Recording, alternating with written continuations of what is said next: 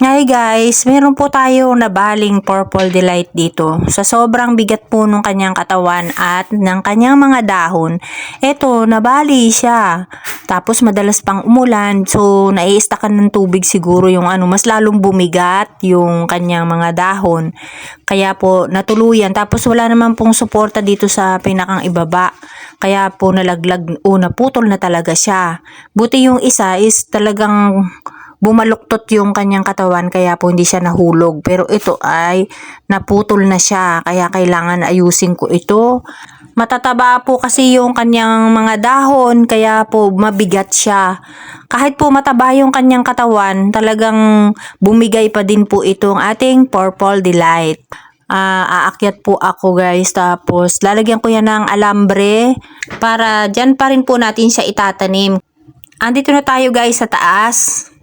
Kukunin na po natin guys yung nabaling Purple Delight.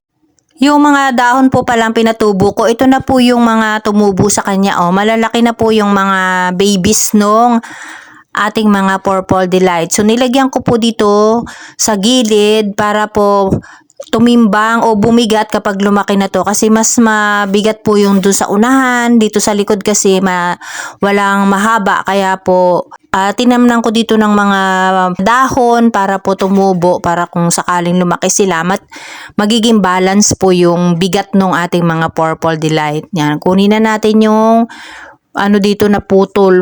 Parang ang hirap kunin kasi nandun na nakababa na. Mukhang mapuputol po ng tuluyan itong ating Purple Delight. Kasi kunting-kunti na lang po yung nakakapit sa kanya.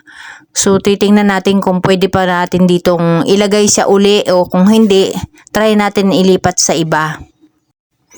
Ang bigat po kasi nito ni Purple kasi ang laki niya. Malaki po yung katawan niyan, tapos yung mga dahon mabigat.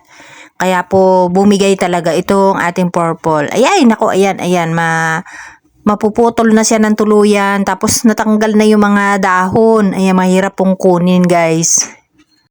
Ayan, ito na. Dito ko kaya muna ipatong. Ayan, ang laki, bigat pala.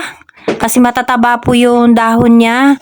So kaya lang ito, may madadaganan niya yung mga maliliit dito, yung tumubong mga dahon. Ayan na. Ay, naputol ng tuluyan. Natanggal na po yung mga dahon niya. Nakita nyo, nalaglag. Yan, ang dami na rin pong natanggal dun sa ibaba na mga dahon nito. So, tuluyan na natin tong aalisin.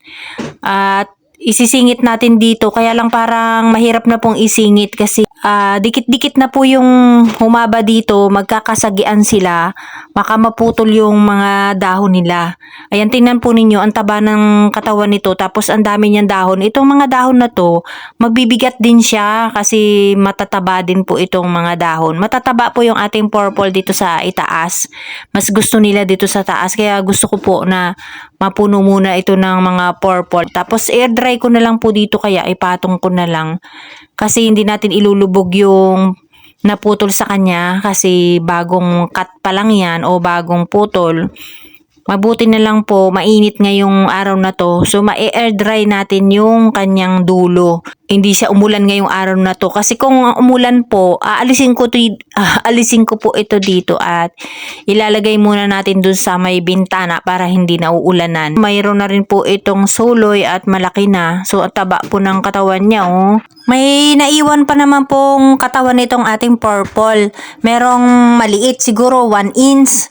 Ayan, pwede po itong tubuan ng mga pups o mga suloy para po dumami din siya, na meron pa rin po ditong nakatanim sa space na to. Kasi hindi ko na maibalik po itong isa nating Purple dahil sa magkakasagian sila, mauubos yung mga dahon po nila kasi masikip na kapag ipinagpilitan nating itanim dito. Kaya ilipat ko na lang po sa ibang pot ito. Dito ko na lang po pala itatanim guys sa sa isang pot itong katabi niya, kasi tinamnan ko na siya ng 2 Purple Delight yung katabi nitong pot. Gusto ko na lang pong gawin dito guys sa itaas, yung gawing Purple Delight na lang lahat, yung nandito sa taas. Alisin ko na itong nandito sa isang pot na ito. Kasi para mailagay natin to dito, oh. Itong campfire, tingnan ko lang kung saan ko siya ililipat. para madagdagan din yung ating purple ditong dalawang puno, yung itinanim ko. So ilalagay ko na po dito yung isa, itong naputol na to. Ang bala ko po dito guys sa pot na ito ay punuin na lang po ng mga Purple Delight. So dito natin idadagdag itong naputol kasi ang haba niya hindi na pwede doon sa isa. So tama-tama lang yan. Idadagdag ko dito sa purple sa pot na ito kasi may dalawa na po ako ditong itinanim.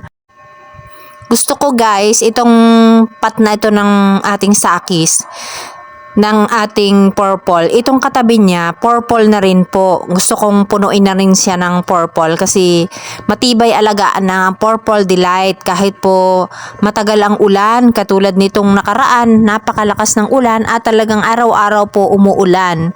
Umabot na yata ng 1 buwan, di ko na nabilang o mas mahigit pa sa 1 buwan. So, ito po ay ipapatong ko lang dito at dito natin siya patutubuin dahil sa hindi natin ilulubog yung dulo niya, hindi natin siya itatanim. Ipapatong lang natin siya at sana wag umulan para ma-air dry po yung dulo nito. At saka ang dami na pong nabawas na mga dahon nito kanina nung tinatanggal ko po, masyadong masikip at saka talagang nakalaylay na siya kaya nung hinihila ko nabawasan po siya ng maraming dahon. Kaya ihanda ko yung alambre at lalagyan natin siya ng alambre kapag naipatong na natin. Bubunutin ko po muna yung mga ibang nakatanim dito at itatanim ko dito sa dulo para doon na lang sila magsama-sama o kaya baka alisin ko rin po dito itong mga ito na binubunot ko at palitan ko na lahat ng Purple Delight para gusto ko ganun ang mangyari. Mga purple na lang po dito sa taas. Ayan po guys, so tingnan nyo, nakalbo na yung ating purple. Yung nandito sa kabila, yan po yung naubos ang daming natanggal na dahon pero ating ipopropan na lang po yun. At nang dumami yung ating Purple Delight. So dito ko ipapatong ko lang po muna siya dito. Ayan, so ang haba ng kanyang katawan, yung tangkay niya, tamang-tama lang po ditong ihiga sa pot na ito. At mahuhulog siya kapag nilagay natin dito sa gilid kaya patong ko lang muna siya. So ayan, naipatong na natin. So hindi ko pwedeng bitawan guys kasi mabigat siya. Kapag binitawan ko mahuhulog siya dun sa ibaba. So lagyan na natin siya ng alambre para hindi po siya mahulog. So, ayan na po guys, natapos na. Iwan ko na siya dito at tamang-tama. Sana'y maghapon siyang uminit para ma-air dry na yung kanyang dulo. Yung campfire na lang po yung nandito sa gilid, yung nasa pinakadulo natin at lalagyan na natin dito ng mga purple. Sana mapuno katulad nito guys. Ito yung dulo niya na pinakita ko sa inyo kanina. May natira pa rin at sana itubuan po siya ng maraming dahon o maraming babies katulad nitong mga nasa harap natin. Ayan tumubo na ang mga pinatong kong dahon at medyo lumalaki na rin. At maganda to kapag lumaki na, kakapal na yung ating purple dito sa itaas. Dati po itong ating mga purple na ito, punong-puno siya ng dahon. Sa bagay nun guys, hindi naman siya ganito kahaba o ganito siya katangkad. Kaya yung mga dahon niya, syempre kapag tumatangkad, humahaba yung kanilang katawan, yung tangkay nila. Kaya wala na pong dahon sa ibaba. Pero maganda rin talaga yung punong-puno siya ng dahon noon na ipinupost natin sa Facebook natin. Napakaganda nito dati. So maganda rin ngayon kasi po mahaba na sila at saka matatangkad na. So ikakat ko po ito kapag nag-summer na kasi ngayon hindi natin siya pwedeng ikat dahil ulan ng ulan, tag-ulan na po. Ang hahaba na po ng kanilang mga katawan at matataba po yung katawan nito guys ng mga nanditong purple sa itaas. Ayan, kaya po hintay na lang ako ng summer para makat ko po itong mga purple natin dahil ang bibigat na. Ay, yung atin pong hanging pots guys, ayan. May mga sakis din po ako diyang mga nakahang at hindi lang po burritos ang akin pong inhang dyan. Mga succulent, meron din pong may mga rosette din po akong itinanim dyan. Hindi lang po burritos. Ayan okay naman po sila kahit po ulan ng ulan. At least nabuhay po yung ating mga sakis dyan. Ay, matataas na nga po yung iba. Matagal na po yung iba dyan na nakatanim. Yung natanaw ninyong mataas na rosette. Tumaas na siya. So yan po ang view ng ating mga sakis o mga nakahang na hanging plants dito sa kabila. Dahil pag doon sa kabila po, iba rin naman ang view. Ayan ang ating mga purple delight. So yan guys, ang aking share. Ito po guys yung mga dahon na aking ipopropa. Ayan, papatubuin na natin ng dumami naman yung ating purple delight. Air dry ko siya dito sa upuan. So yan guys, maraming pong salamat sa inyong panonood. Thank you for watching. Nakita po ninyo sa likuran ko, mainit na. Andyan yung araw.